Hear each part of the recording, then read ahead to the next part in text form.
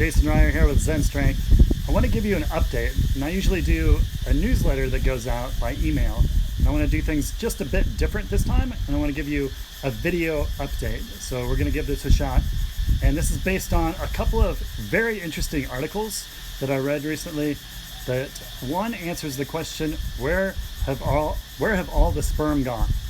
And this is all about fertility rates. So I'm going to answer that question. I'm going to dive into the problems of fertility and testosterone and give answers on ways that you can boost your testosterone. Why is this important? Because this is a marker of overall health, right? We have more testosterone, we have more energy, we have more vitality, and life is better. So to get back to the question, where have all the sperm gone?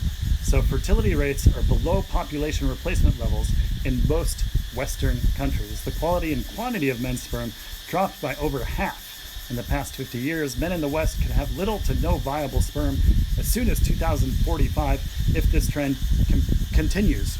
We might call this sperm apocalypse. Exposure to endocrine disrupting chemicals, phthalates, BPA, commonly found in plastics, and exposure to chemicals are all possibly contributing to this issue. And we even know that this isn't affecting just men or just people. It's actually affecting dogs. We see dog semen quality has also dropped.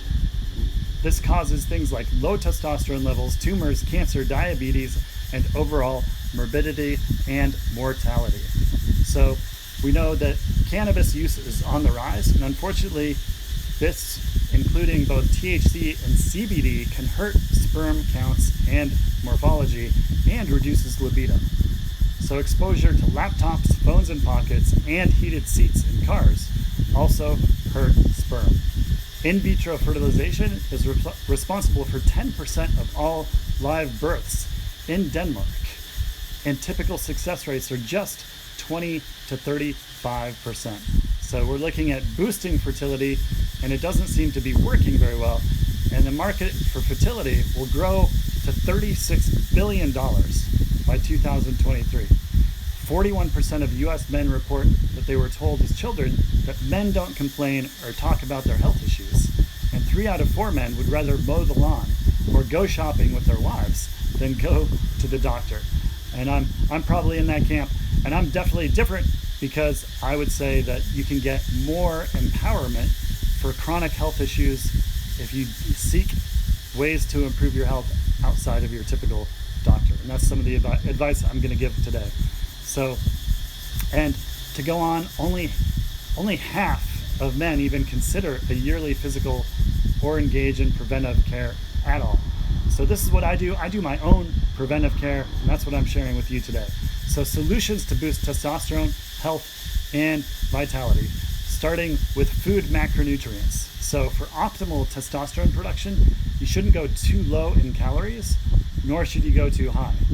You shouldn't consume too much protein or eat too little carbs, and too little saturated fat and monounsaturated fats could be a problem as well. So you want to dial in your macronutrients. We'll talk about that just a little bit later.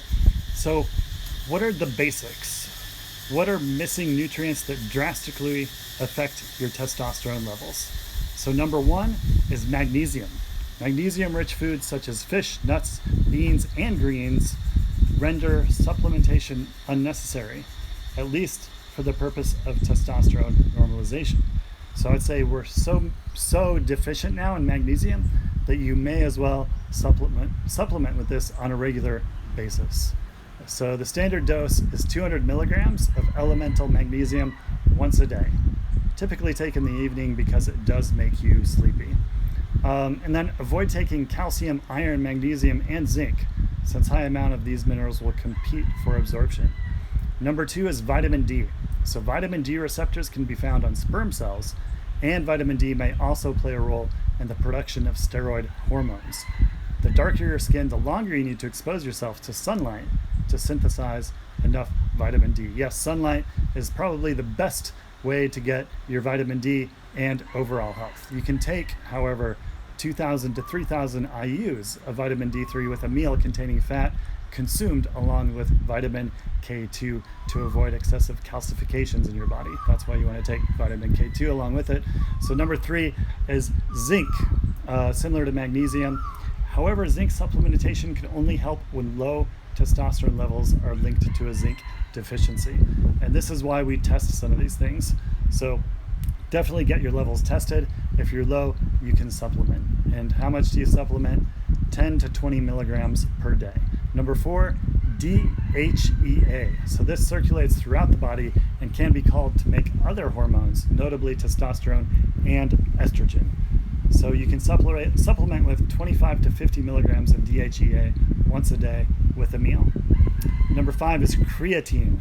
So this is an interesting one because it releases energy to aid cellular function during stress. And this effect causes strength increases after creatine supplementation. And this is what all the meatheads, the bodybuilders are looking for, is to get that strength increase. And it can also benefit the brain, bones, muscles, and liver. So this is something that most people don't think about with creatine. Creatine is found in meat, eggs, and fish. So next up is boron. So boron, like magnesium and zinc, is a dietary mineral. So you need just 10 milligrams of boron per day to get a testosterone boost. So moving on to the gym, workout strategies to optimize testosterone. You can sprint. So studies have shown that you can boost your testosterone levels by sprinting.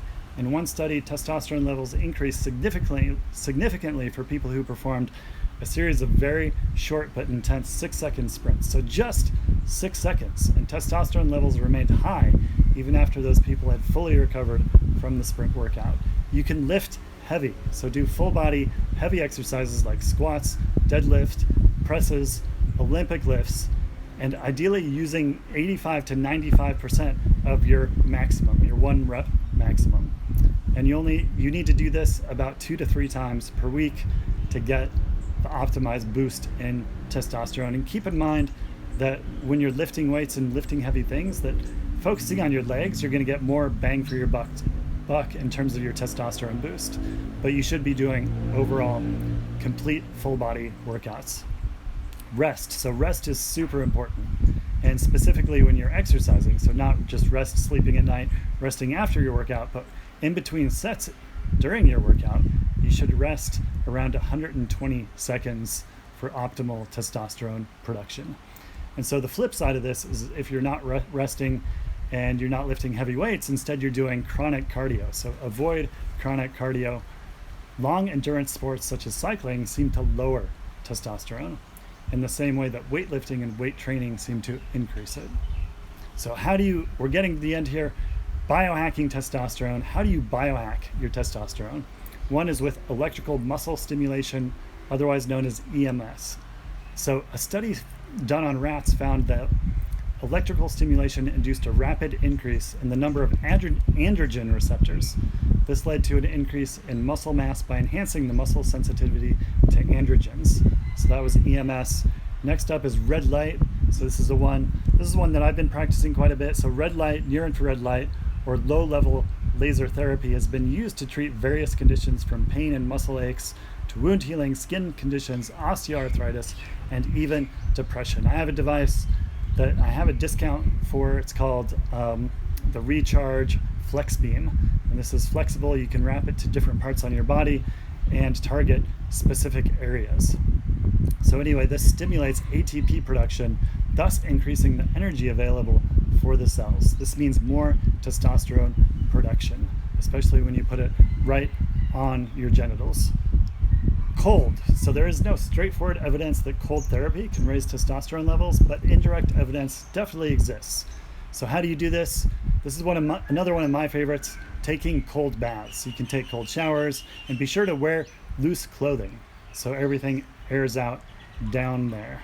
Platelet-rich plasma injections, or PRP. So these are the so-called P shots that involve harvesting your own plasma-enriched growth factors in your blood and injecting them into specific areas of the penis. This boosts testosterone for sure. And then acoustic sound wave therapy. This increases blood flow using low-level intensity acoustic pulse waves that can be applied to the penis.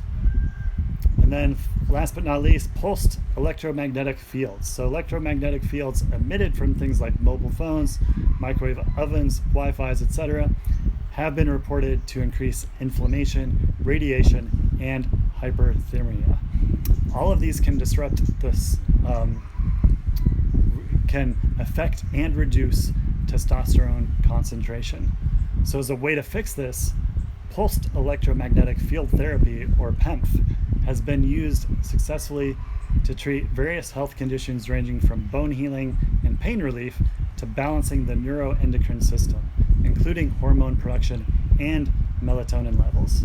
There exists a very recent study conducted on male rats which showed that PEMF therapy helped rats to bounce back from microwave radiation in terms of testosterone production and to combat oxidative stress. In fact, the rats' testosterone levels went a bit higher than before the microwave radiation using the PEMF for 60 days. So a few more bonus tips. So ways to boost your testosterone: have more sex, ejaculate less, and eat less. And I mean eat less often. And how do you do that? You find your freedom from food and you fast. So coming back full circle to the food that you eat, what's also important is the food that you don't eat, and giving your body a rest to digest, to process, to relax, clean things up in your body, and you will boost your testosterone by way of boosting growth hormone. So when you fast, you boost growth hormone in your body, boost testosterone, and that's all I got for you today. Thank you for listening.